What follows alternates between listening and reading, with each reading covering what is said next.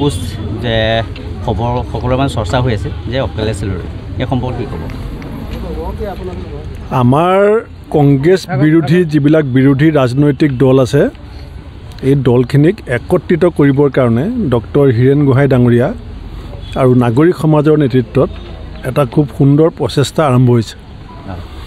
আৰু মই যিটো ফেচবুক আপডেট দিছোঁ তাত আপোনালোকে ঠিকেই চাই আছে তাত কবিগুৰু ৰবীন্দ্ৰনাথ ঠাকুৰে কৈছে যে যদি তোৰ ডাকচনে কেওনা আছে যদি মানে ইফটো আছে তবে একলা চলৰে মানে ইফ এণ্ড বাট আছে যদি তোমাৰ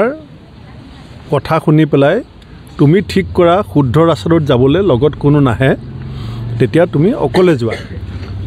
গতিকে আমাৰ বিৰোধী একতা আমি কংগ্ৰেছে অতি আন্তৰিকতাৰে বিচাৰিছোঁ আৰু যদি সেই আন্তৰিকতাৰ প্ৰচেষ্টা কিবা কাৰণত সফল নহয় তেতিয়াহ'লে কংগ্ৰেছ দলেও আমাৰ যিটো আপোচবিহীন নিৰবিচ্ছিন্ন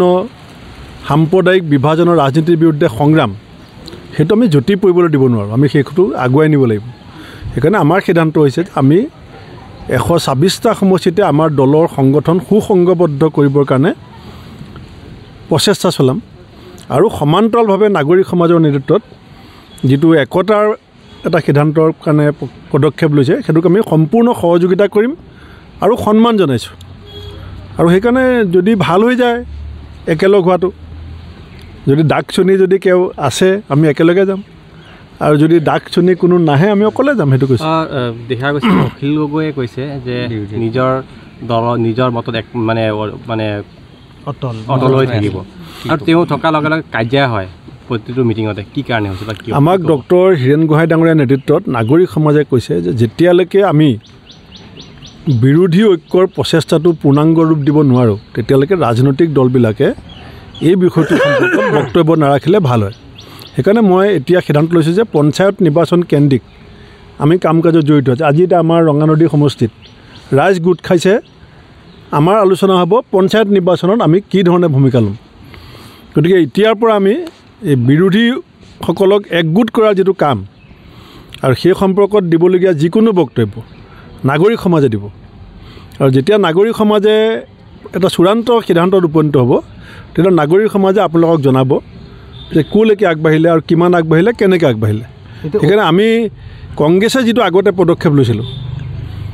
আমি সকলোকে এক কৰা এতিয়া আমিও এটা পাৰ্টিহে আমাকো নিমন্ত্ৰণ কৰি নিয়া হৈছে নাগৰিক সমাজৰ জৰিয়তে সেইকাৰণে নাগৰিক সমাজৰ যিটো আহ্বান যে আমি এই বিষয়টোত ৰাজহুৱা মঞ্চত আলোচনা কৰি থাকিব নালাগে সেইকাৰণে আপোনালোকেও বেয়া নাপাব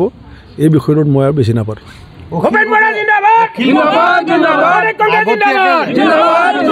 মানে শ্বেয়াৰিংটো বিচাৰিছে মই ক'লোৱেই সেইটো আপোনালোকে হীৰেণ গোহাঁই ডাঙৰীয়া অজিত ভূঞা ডাঙৰীয়া